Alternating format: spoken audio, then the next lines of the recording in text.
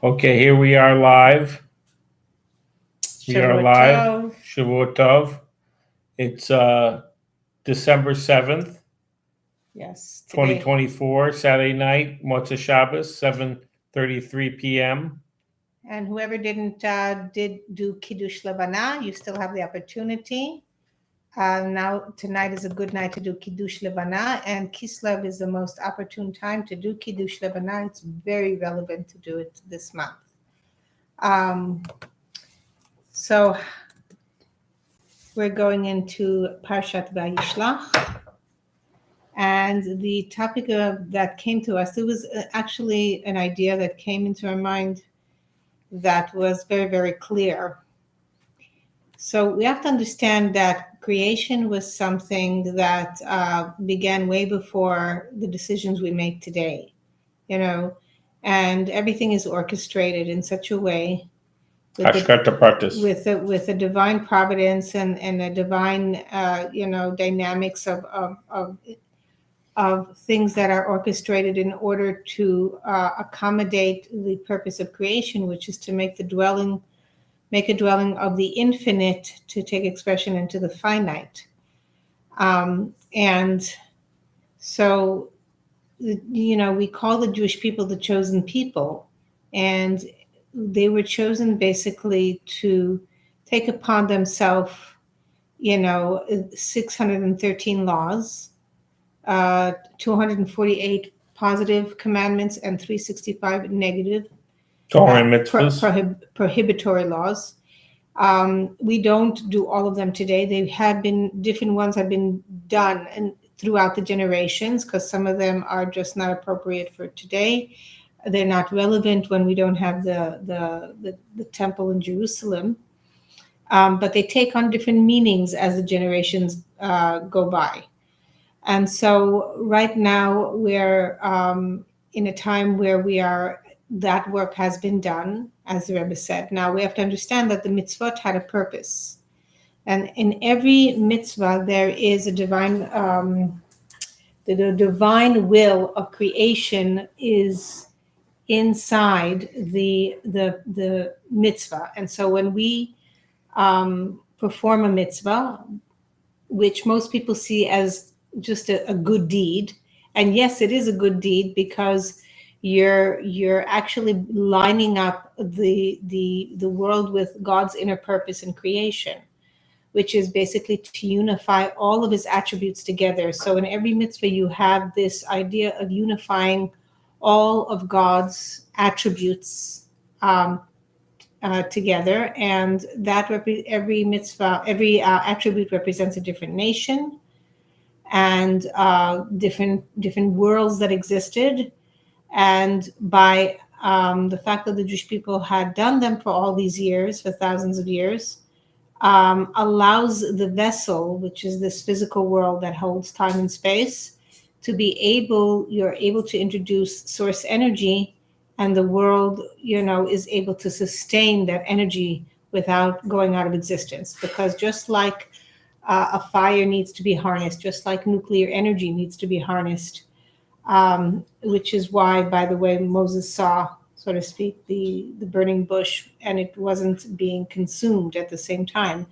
So the idea is that we want to be able to experience this unlimited energy and give it, so to speak, harness it, give it direction, give it instruction. And that's what those mitzvahs are all about. That's what Torah and mitzvahs are all about.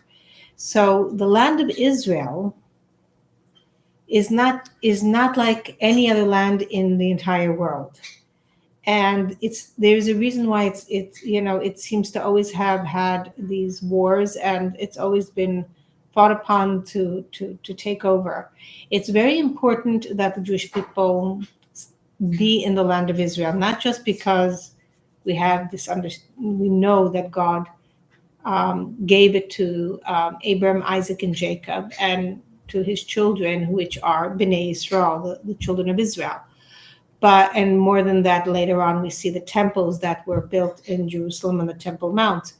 But there's more to it. The land of Israel, Eretz means land, but it also comes from the word ratzon, which means will. And Yisrael is broken down into the word yashar kel, which means being in alignment with God's inner will. So literally, when the Jewish people are settled in the land, it's like vibration frequency that has to be there. The people that are doing those commandments that have to do with unifying all the different attributes together, which means basically to bring peace upon the world. They are the ones that need to settle in this land, because this land represents, like, it's like a, how do I say? It's like a cornerstone.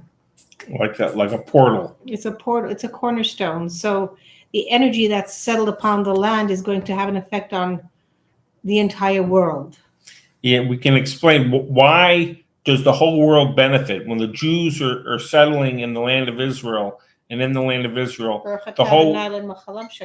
it's not just the Jews who are benefiting from this. The whole world benefit, all the nations, the whole entire world benefits from the Jews doing Torah and mitzvahs in the land of Israel. So expand on that. Explain it. Yeah, the deeper meaning of that is that, like we said in the last video, you can't grow roses in soil you can't grow soil that's made for carnations. You can't grow roses. So the actual land, the Torah mitzvahs, the Shemitah, and the Yovel, and all the mitzvahs of the land can only be performed by the Jewish people in the land. And the Jewish people flourish. How it said Sarah was barren, but when the Jewish people give birth and become fertile, the Jewish women give birth to babies.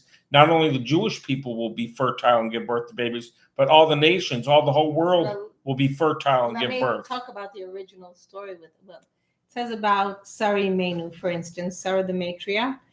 She couldn't have children until her late age, and she lost her menstrual cycle, and so to speak, she had a miracle above nature where she was told she was going to have a child. And then so her menstrual cycle came back, and she, it says that she had Yitzchak, and she was able to nurse Yitzchak, and it says she was able to nurse so well that there were mothers who weren't able to nurse. They brought their children to her, but more than that, it says when she laughed about the joy that she had inside of her when she knew that her period came back, her menstrual cycle came back, and she knew she was able to have children. It says that all those who are not able to conceive and get pregnant and have children, or had any of those problems, were the vibration went out, the energy went out. Everybody was, it's almost like everybody received the blessing. Everybody got affected by Sarah. Hashem's blessing not only blesses the Jewish people, but the blessing of Hashem goes out. Here's the thing, what happened was there was a miracle above nature, because nature dictates that a woman has her menstrual cycle up to a certain point, and after that, when she loses it, that's the sign that she's no longer going to bear children. And the idea of bringing in infinite energy into the finite vessel, the physicality of the world, is that although the world dictates certain laws of nature, we're able to expand that definition beyond nature and transcend nature, and do it in a way that it doesn't overwhelm the vessel. It doesn't take over. It's within nature, but it's above nature. Exactly. And that's what Torah and mitzvah is all about.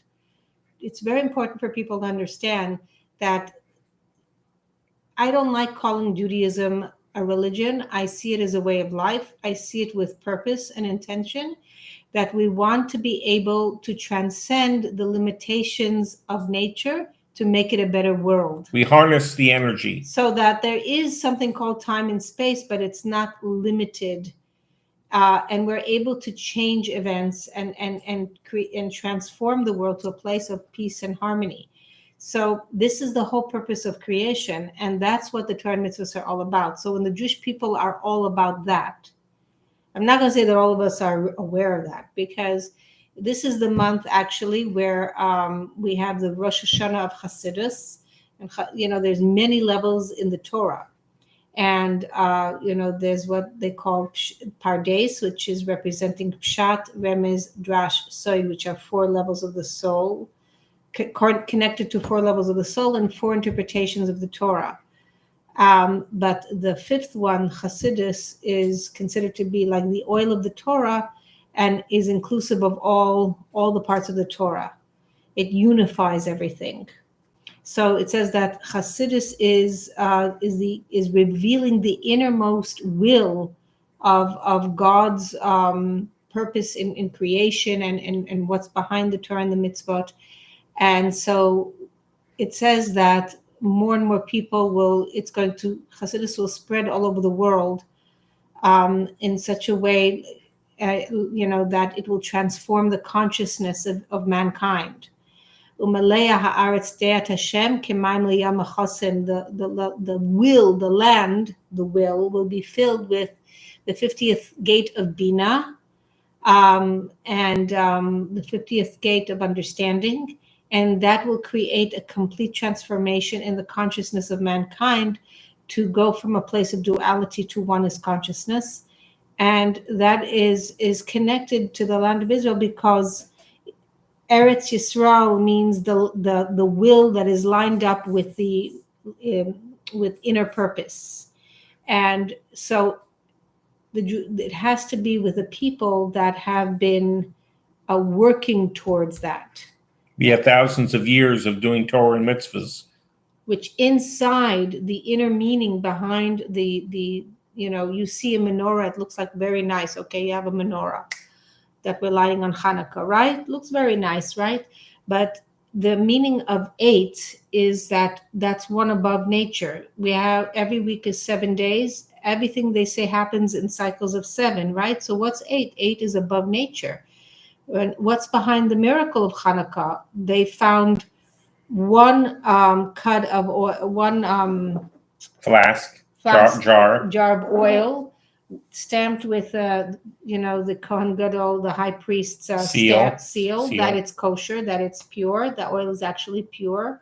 And with that one cud, which usually would last only for 1 day, it lasted for 8 days. Again, you see, transcending nature, going above nature. And what is 8? There's a flow back and forth. Infinity. This is the sign of infinity. Mashiach. Things are moving with no interruption, you understand? And when is there no interruption? When all the attributes are able to work together, when there's unification of all the attributes of the soul. That is what's behind every mitzvah that we do. Some of us are aware of it. A lot of us are not. We do it because there was a time in exile when we were told, Nasa v'nishma, we'll do it, then we'll understand, because the understanding would come in the time of Mashiach. And that's where we are in now. And it's revealed through the study of Hasidus, through the 5th level of the Torah, which I believe and understand is connected to the 5th dimension of reality. So again, why is it so important for the Jewish people to inhabit the land of Israel? Number one, because that's who God gave it to. But if we really want to go to the deeper meaning behind it, is because Eretz Yisrael Eretz means, again, will, and Yisrael means alignment. So when you want to be aligned with the innermost will of the Creator, which lies within each and every one of us, we have to understand that the mitzvot they have the inner will in them. The inner will is inside of them. And when we do something, it starts to weave that energy into the world. So understand that the Jewish people have to inhabit the land of Israel because they have the vibration frequency of that purpose to weave all of God's attributes together, which was already orchestrated through the thousands of years of keeping Torah and mitzvahs. And also I wanted to mention something that just came to me, like the etrog. You have the etrog, but it's not a regular fruit.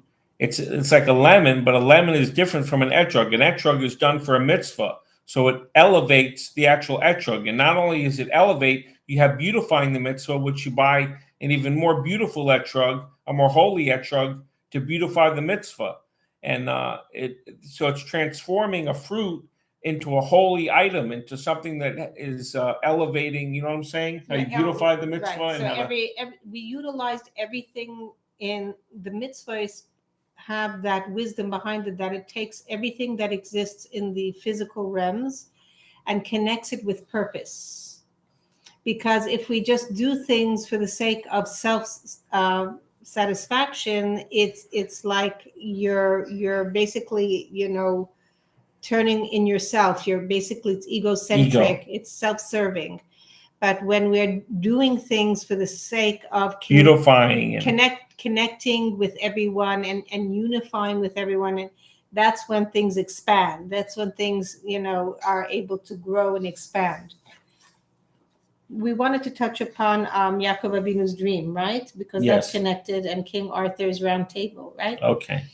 So you could see a little bit of this idea because it, in the parasha of last week, actually, Yaakov Avinu, which is the third patriarch, had he was leaving his house, left, because he was running away from his brother Esav, and he was going to have to go to Lavan, to his uncle, who was basically a trickster and a liar, and so he was a little bit under stress, to say the least. I don't know if all of you felt the energy of last week's parasha. I know that I did tremendously. And, emotion. It was like I felt like this dark cloud came on me, and I wasn't quite myself. It took me a while to get out of that.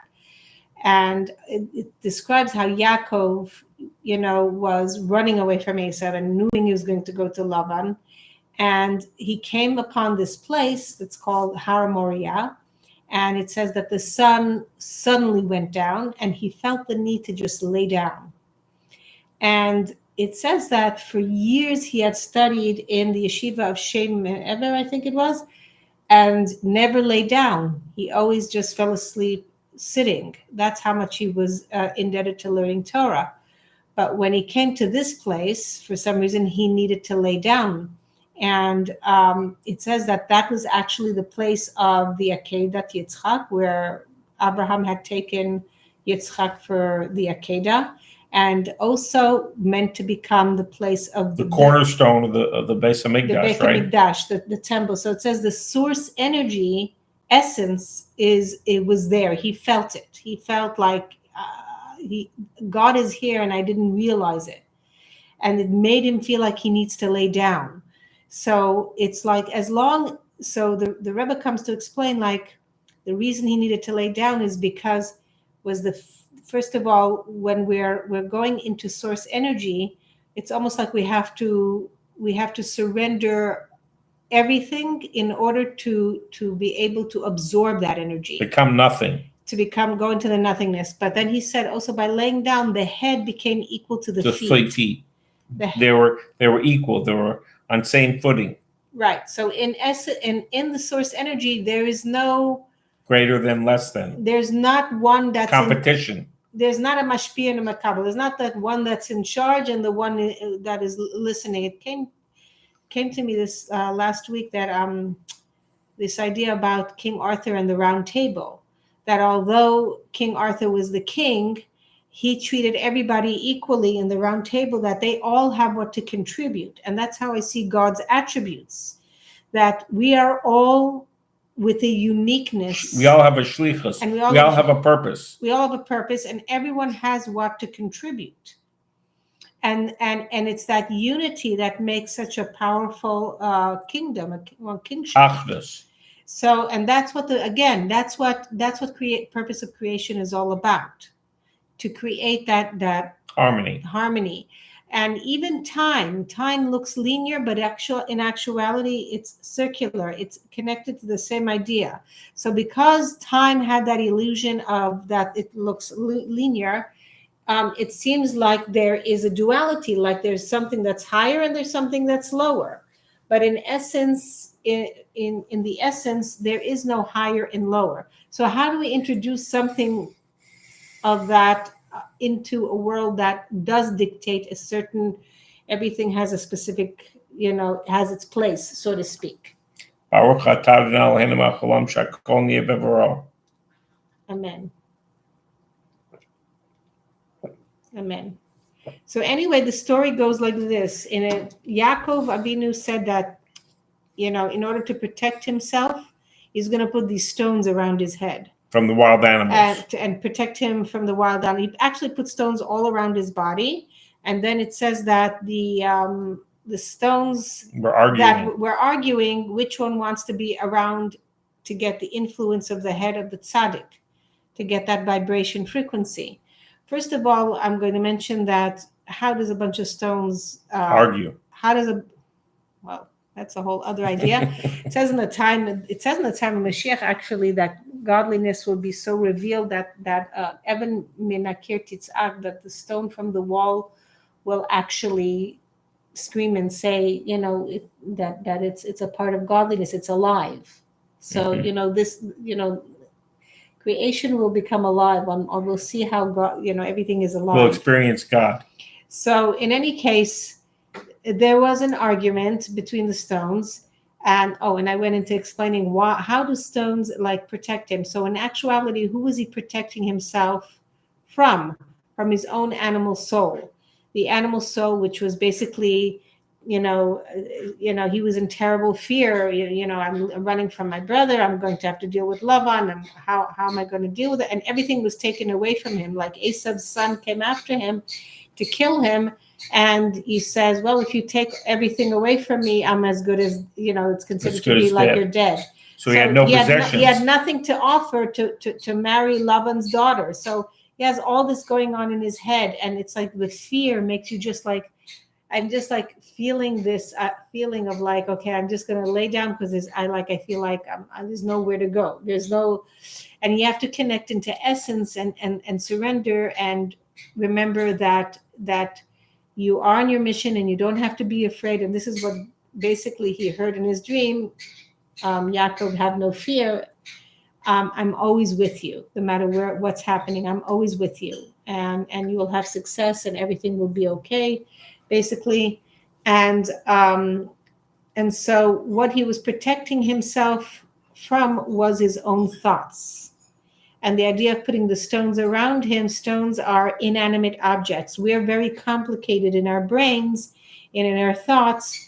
And so the stones, which are inanimate objects, and they're very simplistic, calm him down. It represents source energy, which will basically protect him from his own thoughts. It'll change its frequency. And a lot of people do healing with stones and different stones for different chakras. It's interesting. In any case, the stones were arguing, and so God made all of them into one stone. One big stone. One big stone, which was showing that in essence that everyone is going to benefit. There's not one higher and one lower. The message is everyone gets to benefit when they're in alignment with the higher purpose, with the tzaddik, so to speak. What else did we want to say? We spoke about the round table. Body and soul. The soul nourishes the body. Okay, I don't know if that really goes in. Right and left side of the heart, animal soul and the godly soul. Does that really go in with what Neshima breath into Adam. Neshima breath into Adam. I feel like it's a whole other video. Okay, Jacob Stone's arguing over which one will be the head. We spoke about that. Stones may be turned into one stone. Laying down, so I guess the head, king, and okay, we did that. Okay, I guess the main message that I want to give with this video is that we don't want to give away our power. We don't want to give away our ratzon.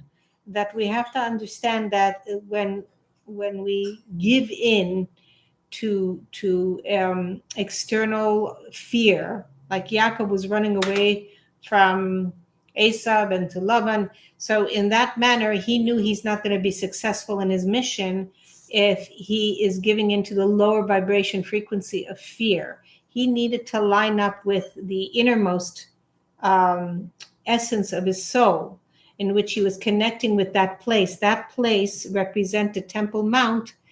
And so he understood, and this is a message for the Jewish people too. We need to connect with our innermost will. We have to connect with the inner voice within ourselves.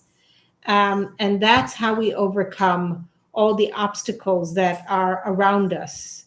And Yaakov Avinu understood that. And there is also this idea of that everything around us is, when you connect with the essence and you're not giving in to a lesser interpretation of the reality that's being presented to you, and you just surrender into the simplicity of your mission and purpose of why you're here, then you get higher vision and higher understanding of the reality, as like the 50th gate of Bina sets in. You get this download, and then you have this expansiveness and creativity and expansiveness and able to live in your true purpose. So then you don't give your will away. You don't give your land away. You don't give your will. Land is will. Don't give your will purpose, away. your shlichus. Don't allow the lesser interpretations of what is being presented to you to take over you. Remember who you are and why you're here. Connect into the essence. Lay down, as they say. Go into the deeper meditation. And talk to God in a very real way to your own soul. Don't cheapen yourself. Don't make yourself cheap. Sell yourself short. Live in your true purpose. And sometimes it's as easy as doing the neshima to get to the neshama, the breath, to get into the neshama, to the expansiveness of the soul, to see the bigger picture, to go back into the oneness, to go into the simplicity of what your purpose is here, and not to give interpretations to everything that you see that's happening. Have the guards at so that's what policemen at your ears. That's why we're not allowed to give away land. It's connected with not giving your power away. It affects humanity with not giving their power away to fear, to external, external noise. I'm going to call it the fake news.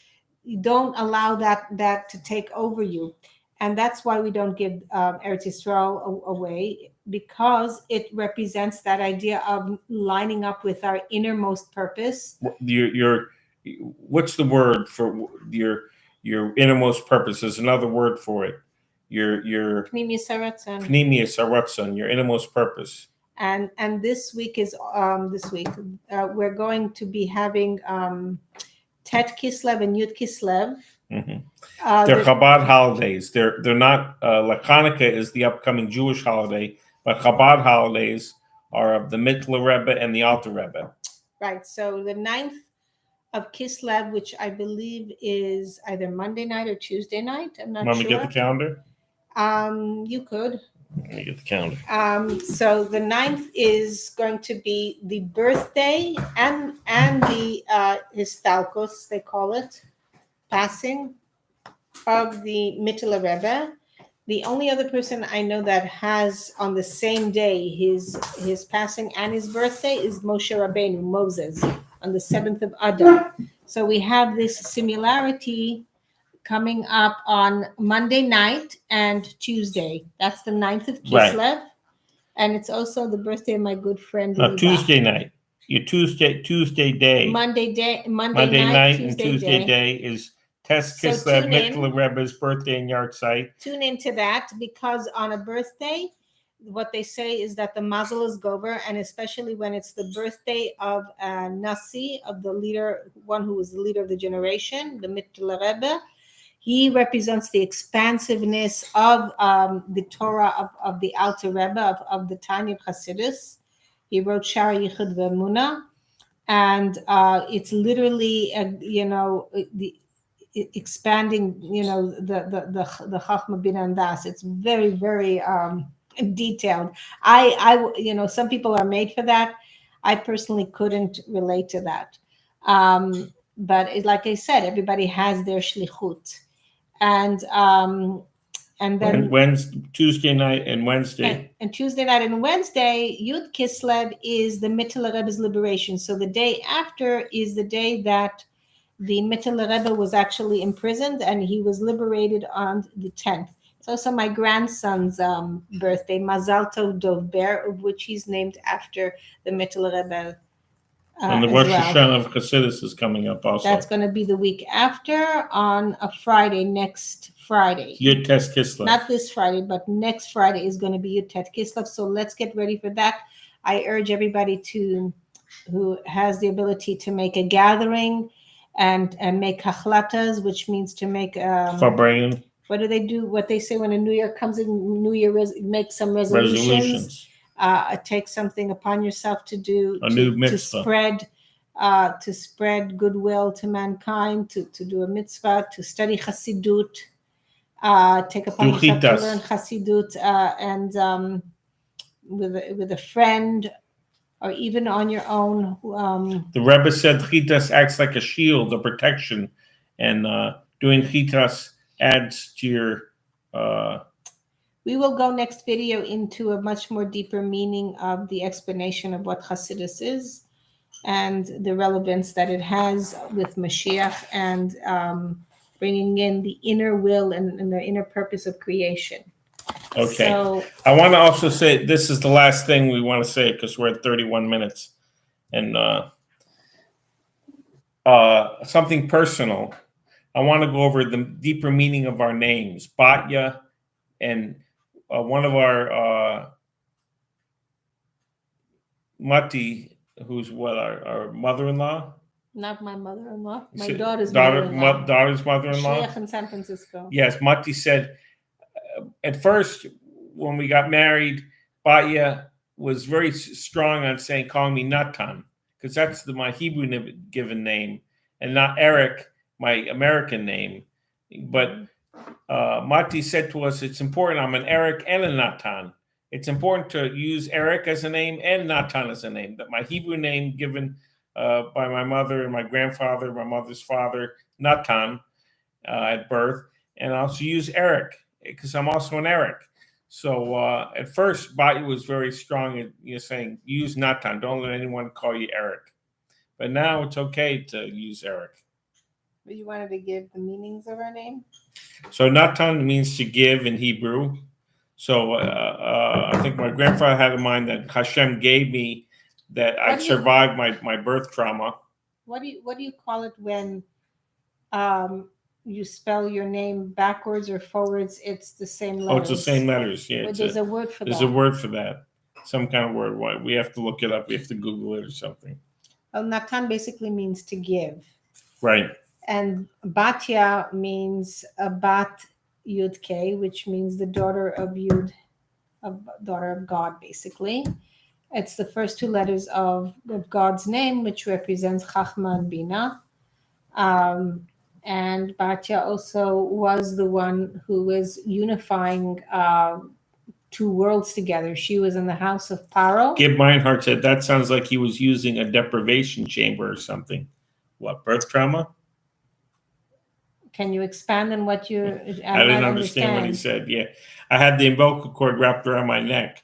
So when I was born, so I had a low APGAR score. Did you mention that? But I survived. Did you mention that? I was born in Binghamton in a snowstorm, and there was no oxygen, and my mother had procedures done, and somehow I survived. So the name Natan is God didn't let my mother die during childbirth, and I didn't die during childbirth, and I survived. So that's why they called me Natan. Mm-hmm. My grandfather came up with that name. But Eric was more of my English name. And I was named Batya after my great-grandmother in Ukraine. And I heard about her that she was a tough woman, and she used to work the land and grow potatoes so that my great-grandfather can learn Torah. And that worries so much about bringing money home. So, and Batya is also, I feel a deep connection to the Batya who, in the Bible, who pulled Moses out of the water, because it represents drawing, the highest wisdoms, and connecting it with the world. She says that her arm got extended, a miracle, and she was able to stretch out her hand and draw Moses from the Nile. And Moses, it says, comes from the highest levels of Chachma, the supernal levels of Chachma, of God's wisdom. And she was drawing that vibration, frequency, energy into the world. Gibbs says a person meditating in a deprivation chamber can only sense what is inside of their self. The chamber disallows interference. What does that mean? You're meditating and you can only say when you're breathing and you're the breathing. It's a very good point meditation. It's a very good point that you're bringing up. When we go into meditation, it's called Ratza, which means I disengage from the world to go to the deeper part within myself. But then we do what we balance it with Shuv, which means going back into the world. So it's not a means in itself. Then you have to come back into the world and draw back everything that you received, that awareness, to deal with the world. And that's what Yaakov actually did. When he got up from his dream, he went to Lavan's house. And it's actually there that he, built, Am Yisrael, the nation of Israel, giving birth to the Shvatim, to 11 sons and one daughter. And then it says Benjamin was born on the way when he left Lavan, and he actually did this dealing with Lavan, who was looking to cheat him, and he first cheated him out of the woman he loved, and he gave him the older one, and he had to work through all different things dealing with this negative energy, that this low vibration frequency, and yet overcoming it with staying connected with the deeper truth that lies within him. So yes, you can't just disengage from the world. You have to be able, it's a very good point, you have to be able to balance it. So there's a time, just like the heart works as pumping the blood in and out, it's receiving blood at the same with oxygen, but then it's pumping from the left ventricle to deliver that oxygenated blood to all the organs of the body. And it's a continuous thing, going back and forth. We inhale and we exhale. Again, you're receiving oxygen, and then you're exhaling carbon dioxide, and there's exchange going on over there. Homeostasis. So yes, you're absolutely right. We're not meant to just go into a inward deprivation chamber, but it's sometimes you have to disengage from all the noise in order to come to that place of stillness and quietness. And that's what Shabbat is all about. Also, renewal. You get to a place of renewal, and it's like the computer, everything is going haywire, and you know that you just have to shut everything down and reboot, reset, go to zero, so to speak. It's ground zero, in order to reboot everything back with back into vitality again. I just wanted to say also, thank you for helping me clarify that. So I wanted to say also, getting back to our names, it's our middle names also. It's Elisa, right? Where you want to go over what your middle name means? Right now I need to. And then Natan Reuven is Eric Robert. So and Reuven. I need to get back to this person because we told them we're coming to them. Okay, we need to end it here because we're going to a Motzei Shabbat gathering over a friend's house. So we're going to end it here at 39 minutes. Okay. It's been wonderful. This is a wonderful Motzei Shabbat. We had to make this video because we heard that some people look forward to our videos. They want us to make videos. So your desire for us to make a video helped us have the ratzon, have the will to make this video, because we wanted to satisfy our viewers' desire to watch our videos, because we heard that people are looking forward to our videos. Okay. Shavua Tov. Shavua Tov. Good vach. And tune into Monday night and Tuesday day to the Mittler Rebbe's birthday. Yes. Peace. Peace upon you.